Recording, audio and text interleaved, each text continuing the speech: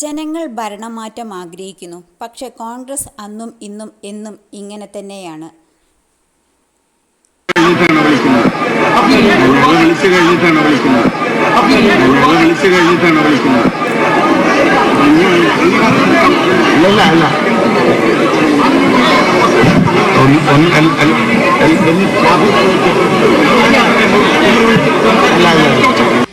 ഇന്നലെ പ്രതിപക്ഷ നേതാവ് സതീഷിൻ്റെ പുതുയുഗയാത്ര ഒരു കോമഡി യാത്രയായി മാറിയിരിക്കുകയാണ്. കോൺഗ്രസ് എപ്പോഴും ഇങ്ങനെയാണ്, ഒരു കൂട്ടം ജനങ്ങൾ. ഷാഫിക്ക് എന്തുപറ്റി? MP ആണോ MLA ആണോ ആദ്യം സംസാരിക്കേണ്ടത്? കോൺഗ്രസിൽ അച്ചടക്കം ഒട്ടും ഇല്ല എന്നുള്ളതാണ്. എല്ലാവർക്കും സ്റ്റേജിൽ കയറണം, സീറ്റിൽ മുൻനിരയിൽ തന്നെ കിട്ടണം, മൈക്കെടുത്ത് സംസാരിക്കണം, ആദ്യം തന്നെ സംസാരിക്കണം. ഇത്തരം കാര്യങ്ങളാണ്. അടുത്ത ഭരണം ജനങ്ങൾ തളികയിൽ വെച്ച് തരികയാണ്. എന്നിട്ടും ഇത്തരം പ്രഹസനങ്ങൾ. ജനങ്ങൾ എല്ലാവരും കോൺഗ്രസിനോടോ CPM-നോടോ പ്രത്യേക ആഭിമുഖ്യമുള്ളവരല്ല, എന്നിട്ടല്ല വോട്ട് ചെയ്യുന്നത്. 5 വർഷം ഒരാൾ ഭരിക്കുമ്പോൾ മടുക്കുമ്പോൾ അടുത്ത പാർട്ടിക്ക് വോട്ട് ചെയ്യുക എന്നുള്ള പാറ്റേണാണ്.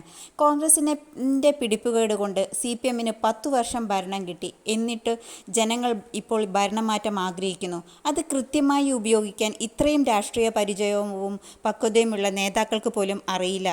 കോൺഗ്രസിൻ്റെ എക്കാലത്തെയും വലിയൊരു പോരായ്മയാണ് യൂണിറ്റി ഇല്ല എന്നുള്ളത്. എപ്പോഴും ഒരു കൂട്ടം നേതാക്കൾ, അതിലൊരു മുതിർന്ന നേതാവിനെ അംഗീകരിക്കാൻ മറ്റുള്ളവർക്ക് ബുദ്ധിമുട്ടാണ്.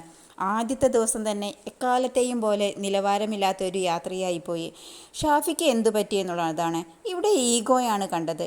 സതീഷിന് മുൻപ് വിളിക്കേണ്ടിയിരുന്ന ഷാഫിയെ വിളിക്കാതെ സതീഷിനെ വിളിച്ചതിൽ ഷാഫി എഴുന്നേറ്റ് പോകുന്നതാണ് കണ്ടത്. പിന്നീട് അതിനെ ന്യായീകരിക്കുന്നത് കണ്ടു.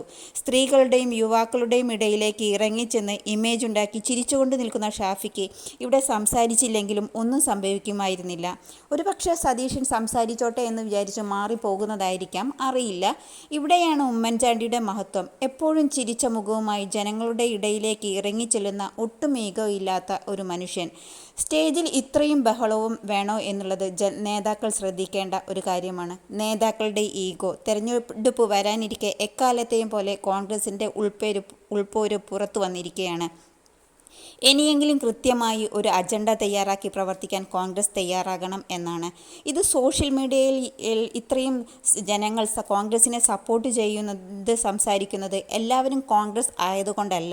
പക്ഷേ ഭരണം മാറ്റം ആഗ്രഹിക്കുന്ന കുറേയേറെ നിഷ്പക്ഷ രാഷ്ട്രീയമുള്ള ജനങ്ങൾ ഉണ്ട് എന്ന് തിരിച്ചറിയേണ്ടിയിരിക്കുന്നു.